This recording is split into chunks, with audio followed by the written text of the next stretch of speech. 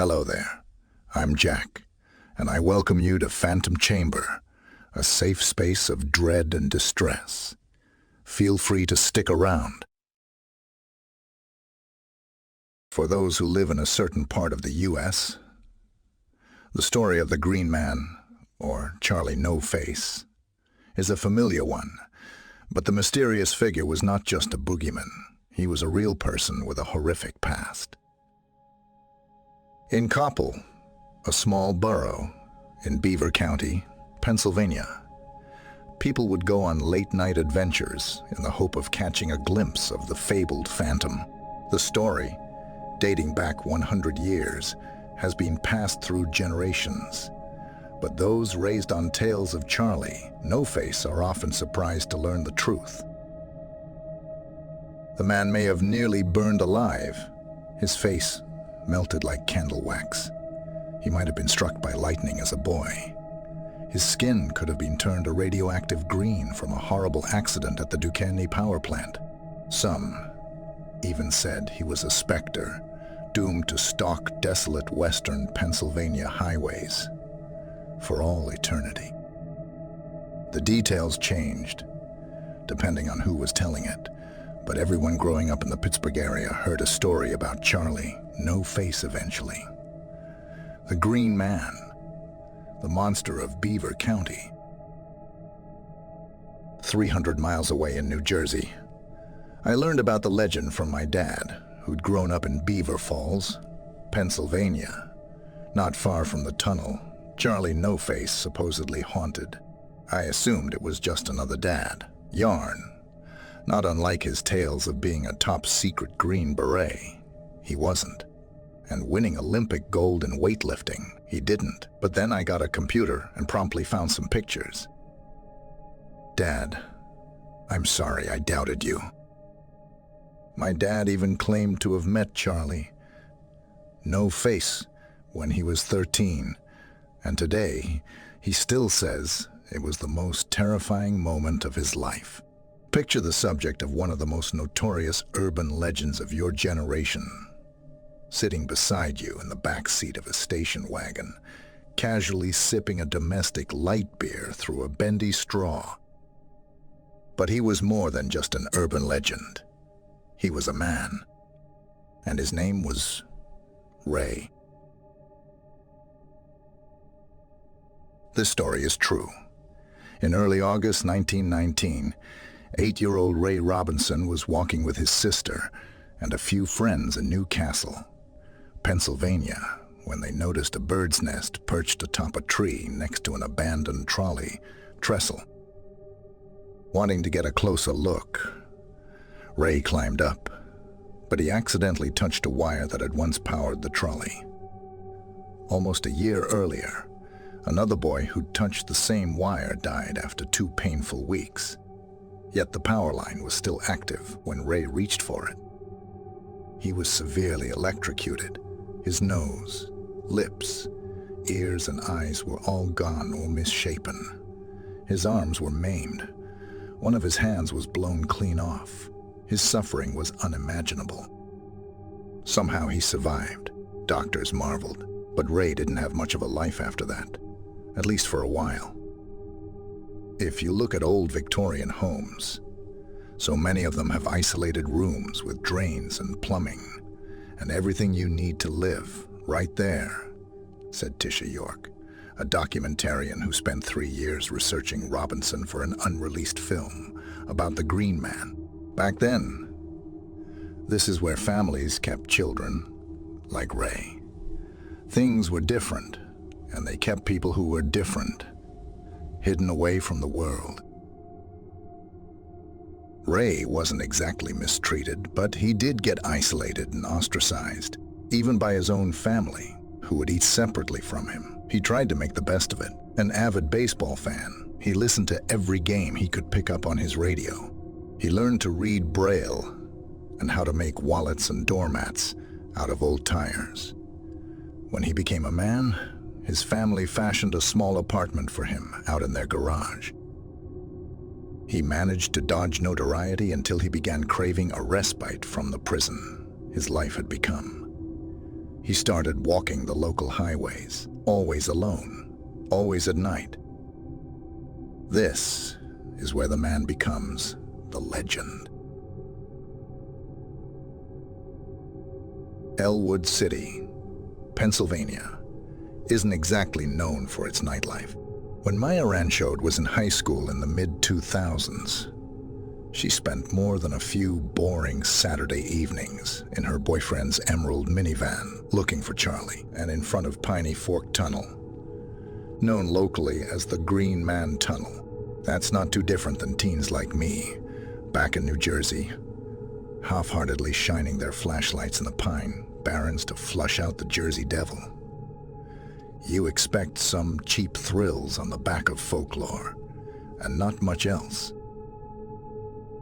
Everyone grew up hearing about the Green Man, Ranchod told me, but it's one of those things where you don't really think you're going to see anything. It's a ghost story, something your parents talk about around a fire pit.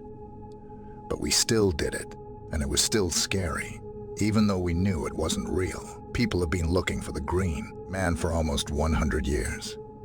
If you had the guts, you went out and tried to find him. On the night in the late 1960s that my dad met Ray, inside that station wagon, he'd been night swimming at the local pool with some friends who were curious about the legend they'd heard so much about over the years. Though my father was unsure who or what Ray was, he had certainly heard the stories. Everyone had. Ray developed a reputation for walking around Route 351 and neighboring roads in Beaver County at night, said York, who also grew up in Elwood City. Obviously, the way he looked garnered some attention. Rumors spread. People started to actually seek him out, and for many, he embraced that. He loved to smoke. He loved to drink beer. These late-night encounters became one of his main connections to the outside world. Though for Ray, that wasn't always a good thing. Not everyone who tracked down Ray on those backcountry roads was content to share a beer with him, take a picture, and move on, as anyone who has gone through life being different knows, and as Ray certainly knew, the world can be a cruel place. People would beat him up. They would urinate into beer bottles, then give it to him, so he never drank an open drink. Sometimes people would pick him up, drive him to the middle of nowhere, and toss him out of the car. People were just so cruel to him, and he never understood why. So, when a car would approach him as he walked, Ray would stop and wait nervously for what might come next. The sound of tires and engines made him skittish.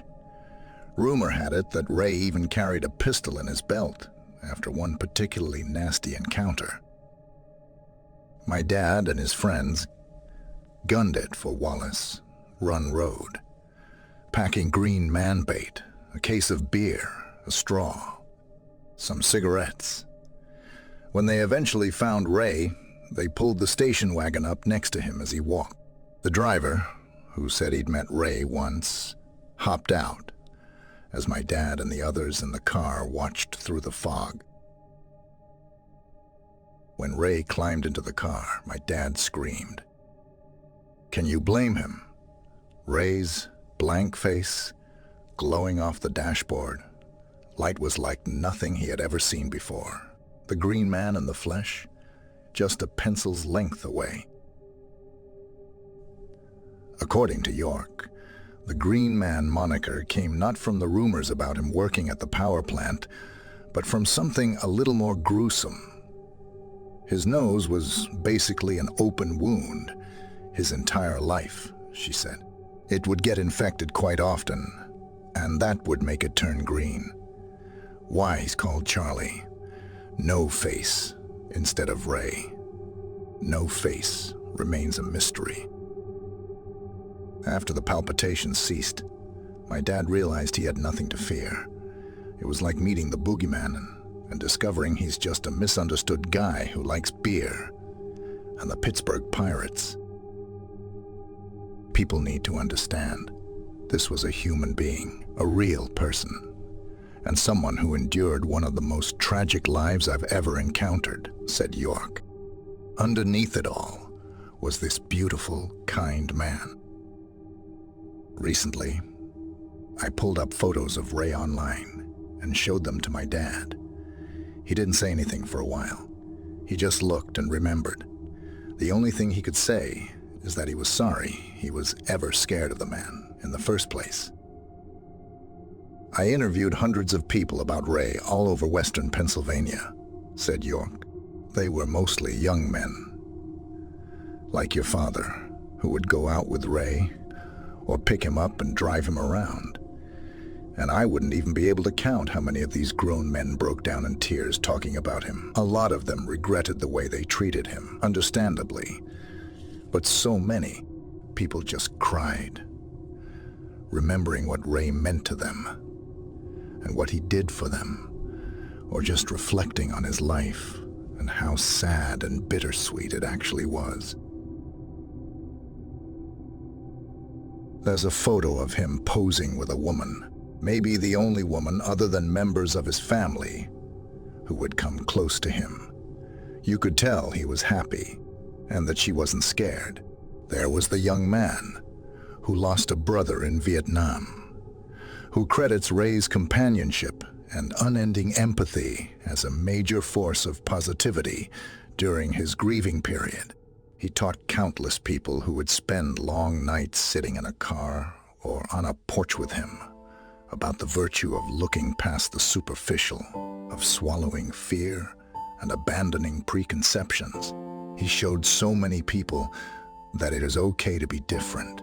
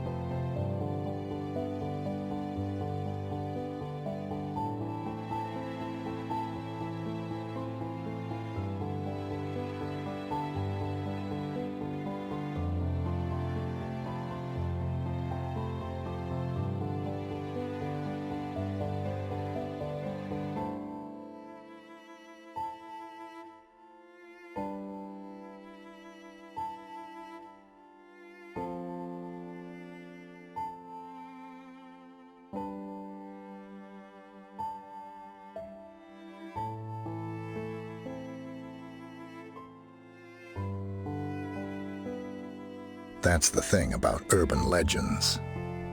Most of them are grounded in some truth, more often than not, in tragedy. Ray Robinson had a face that was unforgettable. He had a reputation that kept children up at night, and continues to. They still talk about him in Beaver County. They talk about him all over the world. No one can keep him hidden anymore.